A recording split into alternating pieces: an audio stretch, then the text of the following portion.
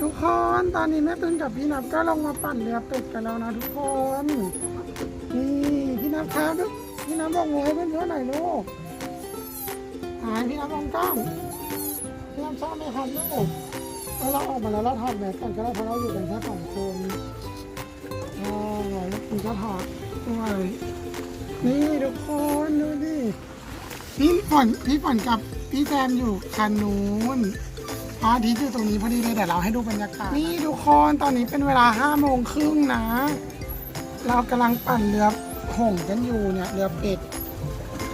เฮ้ยพี่นัทพ่อแซมอยู่ข้างหลังนี่พ่อแซมกับพี่ฝนใช่เฮ้ยเขาจะแซงเราแล้วพี่นัทพี่ฝนบายบายให้เพื่อนๆหน่อยใช่นี่มีน้ำพุด้วยนะทุกคนไปเดี๋ยวเราจะไปน้ำพุกันนะทุกคนนี่โดมสวยมากวิวตอนนี้คือแบบไม่ร้อนเลยอะทุกคนวันนี้เป็นวันที่เท่าไหร่วันนี้เป็นวันที่10จำไม่ได้แล้วทุกคนทำไมมันดูไม่ได้อ่ะเป็นวันที่19ประมาณเนี้ย19 กุมภาดูดิบรรยากาศดีมากคนมาถีบเรือกันเต็มไปหมดเลยอุ้ยปลาตัวใหญ่มากเมื่อกี้ขึ้นมาแต่แม่ตุนชอบวิวนี้มากเลยสวยมากเลยอะโอเคเดี๋ยวเราขอตัวไปปั่นเรือกันก่อนนะทุกคนพี่น้ำครับพี่หมานทุกคนตอนนี้นับตังเข้ามาในน้ำพุดูดิเปียกหมดเลยเปียกไหมครับพี่น้ำชอบไหมครับลูกชอบเปียกๆแบบนี้ครับลูกเปียกหมดเลยทุกคน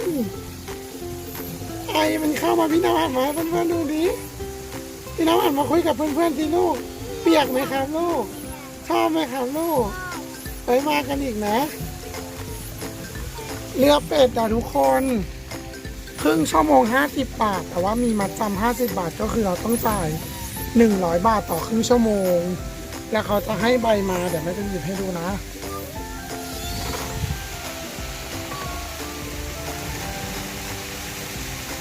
เขาจะให้ใบแบบนี้มานะทุกคนนี่เขาจะมีเวลาบอกไว้หมดเลยนี่เราเริ่มกันตอน5 โมง 25ถึงเวลา5 โมง 55เนี่ยแล้วเราก็ต้องเอาใบนี้ไปรับมาจำคืน50 บาทก็คือดูพี่ฝนกับพ่อแซมก็เข้าไปในนั้นแล้วว่าพี่ฝนเปียกไหมเปียกโอเคเดี๋ยวเราต้องจะตามไปพี่ฝนไปเปียกกับน้องเลยพี่ฝนไปเปียกกับน้องเลย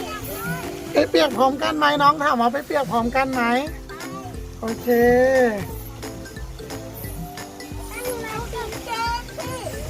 เฮ้ยฉี่แตกแล้วก็มาอ้างว่าน้ำพุเปล่าไปพี่นัทเดี๋ยวเราจะเข้าไปทางนั้นกันแล้วนะเดี๋ยวเราจะขับวนน้ำพุ1 รอบนะทุกคนนี่น้ำพุใหญ่มากเลยเป็ดเราก็เนี่ยอยู่ข้างหน้าหงส์น่าจะเป็นเรือหงส์มากกว่านะของเราเรือเป็ดน่าจะเป็นแบบนั้นนะอันนั้นคือเรือเป็ดของเราเป็นเรือหงส์เฮ้ยทุกคนเราจะเข้าไปข้างในแล้วนะเราจะเข้าไปใกล้แล้วนะเพื่อนๆดูนะน้ำตั้งจะเปียกแล้วนะเพื่อนๆน้ำตั้งจะเปียกแล้วเพื่อนๆที่เราขอดูหน้าหน่อยเปียกหมดเลยเปียกหมดเลยเพื่อนๆขอดูหน้าพี่น้ำหน่อยครับเป็นไงเปียกกางเกงหมดเลยเหรอ